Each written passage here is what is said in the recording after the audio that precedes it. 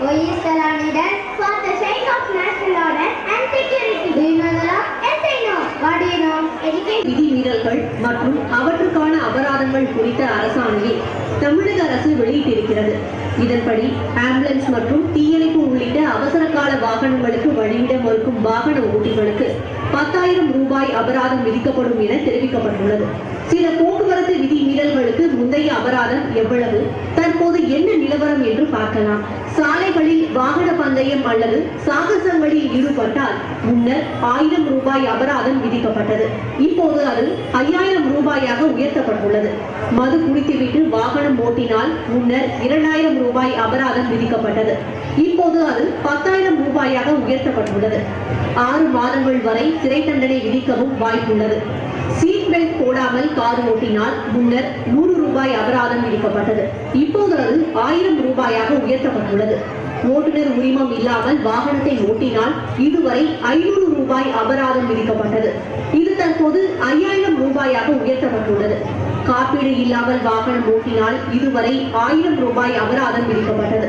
தற்போது இது 2000 ரூபாயாக உயர்த்தப்பட்டுள்ளது. பதிவு இல்லாத வாகனங்களை இயக்கினால் 1000 ரூபாயாக இருந்த அபராதம் தற்போது 2500 ரூபாயாக உயர்த்தப்பட்டுள்ளது. தலைக்கவசம் அணியாமல் இருசக்கர வாகனம் ஓட்டினால் விதிக்கப்படும் அபராதம் 1000 ரூபாயாகவே நீடிக்கிறது.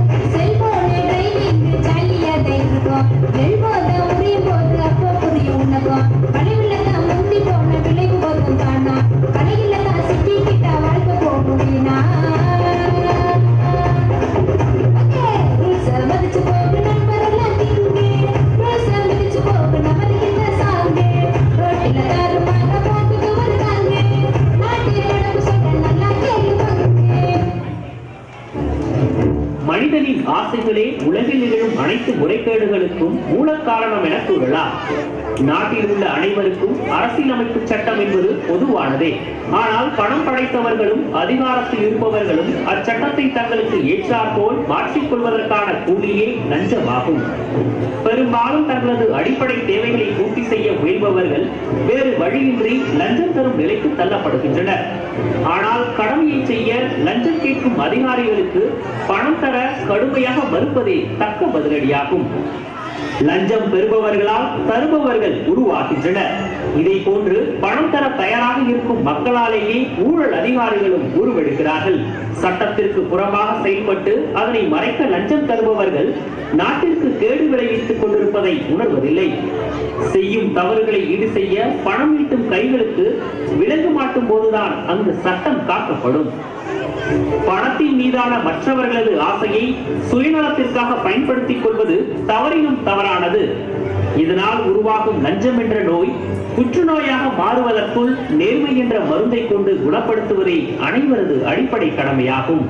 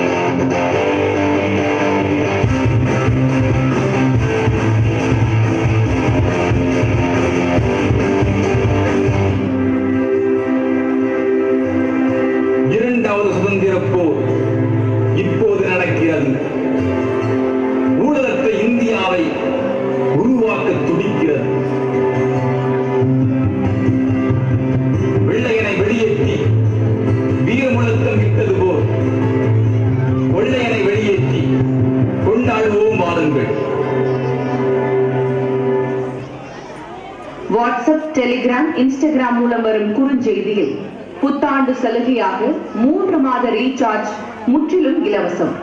எனவே கீழே கொடுக்கப்பட்டுள்ள லிங்கை கிளிக் செய்து இப்போதே ரீசார்ஜ் செய்யவும். இந்த சலுகை குறிப்பிட்ட காலத்துக்கு மட்டுமே என குறிப்பிடப்பட்டிருக்கும். அந்த லிங்கை கிளிக் செய்து உள்ளே சென்றால் செல்போன் உடனடியாக ஹேக் செய்யப்படும். எனவே பொதுமக்கள் மிகவும் எச்சரிக்கையாக இருக்க வேண்டும் என காவல்துறை அறிவுறுத்தியுள்ளது. மக்களின் செல்போனுக்கு அனுப்பப்பட்டு வரும் குறுஞ்செய்தியில் இருக்கும் லிங்கை கிளிக் செய்து உள்ளே சென்றால் வங்கி கணக்கு விவரங்கள், OTP உள்ளிட்ட அனைத்தும் உடனடியாக ஹேக் செய்யப்பட்டு கணக்கில் உள்ள பணம் முழுவதுமாக திருடப்பட்டுவிடும். எனவே இது போன்ற குறுஞ்செய்தி வந்தால் பொதுமக்கள் எச்சரிக்கையாக இருக்க வேண்டும் என கோவை சைபர் கிரைம் காவல்துறையினர் தெரிவிக்கின்றனர்.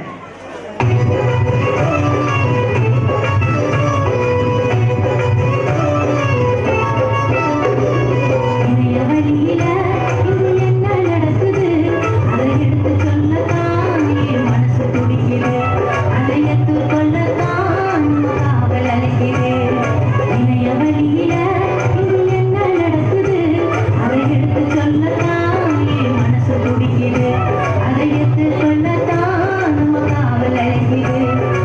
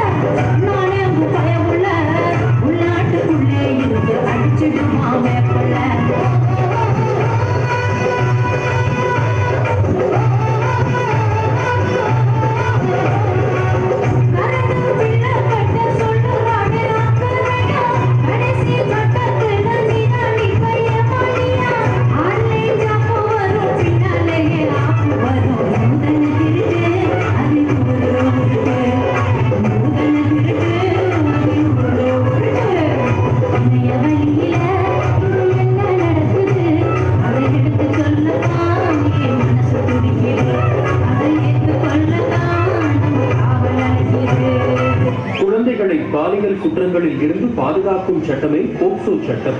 குழந்தைகளுக்கு எதிரான செயல்களில் ஈடுபட்டவர்கள் கடுமையாக தண்டிக்கப்பட வேண்டும், குழந்தைகள் பாதுகாக்கப்பட வேண்டும் என்ற நோக்கத்தில் 2012ஆம் ஆண்டு போக்சோ சட்டம் கொண்டு வரப்பட்டது.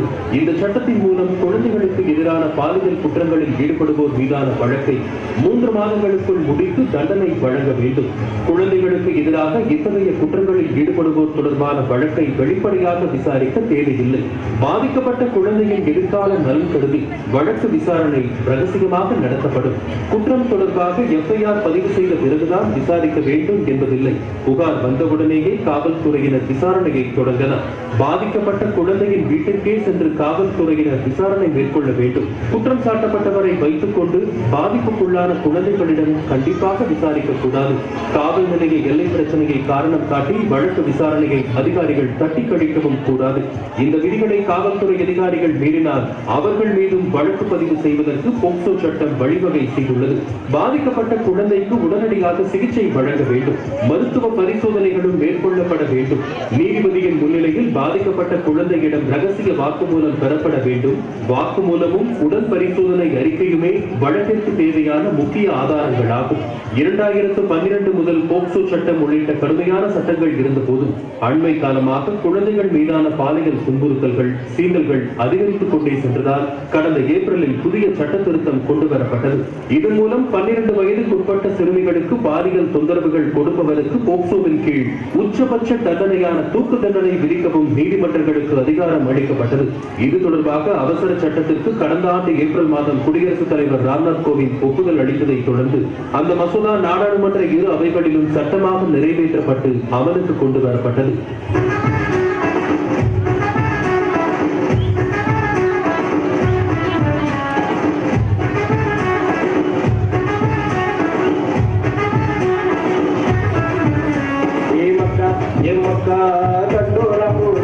தமிழ்நாடு போலீஸ் வேண்டுகோள கேளு, காக்க காக்க குழந்தைகளை காக்க கை போட்டு நாம் பாடல கேளு. படிக்கிற வயசுல குடும்பமான சுமப்பதா, மறக்கும் பட்டாம்பூச்சி இறக நாமும் சிரிப்பதா. படிக்கிற வயசுல குடும்பமான சுமப்பதா, மறக்கும் பட்டாம்பூச்சி இறக நாமும் சிரிப்பதா. வாழ்க்கையத்தான் நிர்ணயிக்கும் வயசு வர பொறுக்கணும், சட்டங்களை மீறினா தகவல்களை கொடுக்கணும். வாழ்க்கையத்தான் நிர்ணயிக்கும் வயசு வர பொறுக்கணும், சட்டங்களை மீறினா தகவல்களை கொடுக்கணும். 109 செயல் பண்ணிடுங்க, குழந்தை திருமணம் உரிய உதவி பண்ணிடுங்க. 109 செயல் பண்ணிடுங்க, குழந்தை திருமணம் உரிய உதவி பண்ணிடுங்க. ஏமாத்தா தமிழ்நாடு போலீஸ் வேண்டுகோள கேளு, காக்க காக்க குழந்தைகளை காக்க கை போட்டு நாம் பாடல கேளு. சட்டப்பேரவையில் முதலமைச்சர் அறிமுகம் செய்த சட்ட திருத்தங்களின்படி பாதிக்கப்பட்டவரின் அடையாளத்தை வெளிப்படுத்தும் குற்றத்திற்கான தண்டனை முன்பு 2 ஆண்டு சிறை இருந்த நிலையில் தற்போது 3 ஆண்டுகளுக்கு குறையாமல் அல்லது 5 ஆண்டுகள் வரை நீட்டிக்கப்பட்டுள்ளது. மீண்டும் மீண்டும் குற்றம் இழைத்த குற்றவாளிக்கு முன்பு ஆயுள் அல்லது மரண தண்டனை விதிக்கப்படும் நிலையில் தற்போதைய திருத்தத்தின்படி மரண தண்டனை விதிக்கப்படும். பாலியல் வன்கொடுமைக்கு முன்பு 10 ஆண்டுகளுக்கு குறையாத கடுங்காவல் தண்டனை இருந்தது. தற்போது 14 ஆண்டுகளுக்கு குறையாத கடுங்காவல் விதிக்கப்படும். பெண்ணை பின்தொடர்ந்தால் முன்பு தண்டனை கிடையாது. தற்போது முதல் முறை எனில் 5 ஆண்டு சிறை தண்டனை விதிக்கப்படும். 2வது முறை எனில் 7 ஆண்டுகள் சிறை தண்டனை விதிக்கப்படும். பாலியல் தொல்லை மற்றும் பாலியல் தொல்லைக்கான தண்டனை முன்பு 3 ஆண்டுகளாக இருந்த நிலையில் தற்போது 5 ஆண்டுகள் வரை தண்டனை விதிக்கப்படும். பெண்ணின் கண்ணியத்தை அவமதிக்கும் உட்கருத்துடன் தாக்குதல் அல்லது பலத்தை பயன்படுத்தினால் முன்பு 1 ஆண்டு வரை சிறை தண்டனை இருந்தது. தற்போது 3 ஆண்டுகள் வரை தண்டனை விதிக்கப்படும். சில குற்றங்களில் பாதிக்கப்பட்டவரின் அடையாளத்தை வெளிப்படுத்தினால் 2 ஆண்டு சிறை விதிக்கப்பட்ட நிலையில் தற்போது 3 ஆண்டுகளுக்கு குறைவான அல்லது 5 ஆண்டுகள் வரை நீட்டிக்கப்பட்டுள்ளது. கூட்டு வன்புணர்ச்சி மற்றும் 18 வயதுக்குட்பட்ட பெண்ணை கூட்டு வன்புணர்ச்சி செய்பவர்களுக்கு முன்பு ஆயுள் தண்டனை விதிக்கப்பட்ட நிலையில் தற்போது மரண தண்டனை விதிக்க வாய்ப்பு உருவாகியுள்ளது. வன்புணர்ச்சி மற்றும் மரணத்தை விளைவிக்கும் குற்றத்தை செய்யும் நபருக்கு 20 ஆண்டுகளுக்கு குறையாத கடுங்காவல் தண்டனை விதிக்கப்பட்ட நிலையில் தற்போது ஆயுள் தண்டனை விதிக்கப்படும். 12 வயதுக்குட்பட்ட பெண்ணை வன்புணர்ச்சி குற்றத்தை செய்கின்ற நபர்களுக்கு முன்பு 20 ஆண்டுகளுக்கு குறையாத கடுங்காவல் அல்லது ஆயுள் சிறை மரண தண்டனை விதிக்கப்பட்டது. தற்போது ஆயுள் தண்டனை அல்லது மரண தண்டனை விதிக்கப்படும். BLS சட்டத்தில் 13 பிரிவுகளில் திருத்தம் பரிந்துரைக்கப்பட்டுள்ளது. இதன்படி அமிலம் வீசினால் 10 ஆண்டு முதல் ஆயுள் சிறை விதிக்கப்படும் நிலையில் தற்போது ஆயுள் தண்டனை முதல் மரண தண்டனை வரை விதிக்கப்படும்.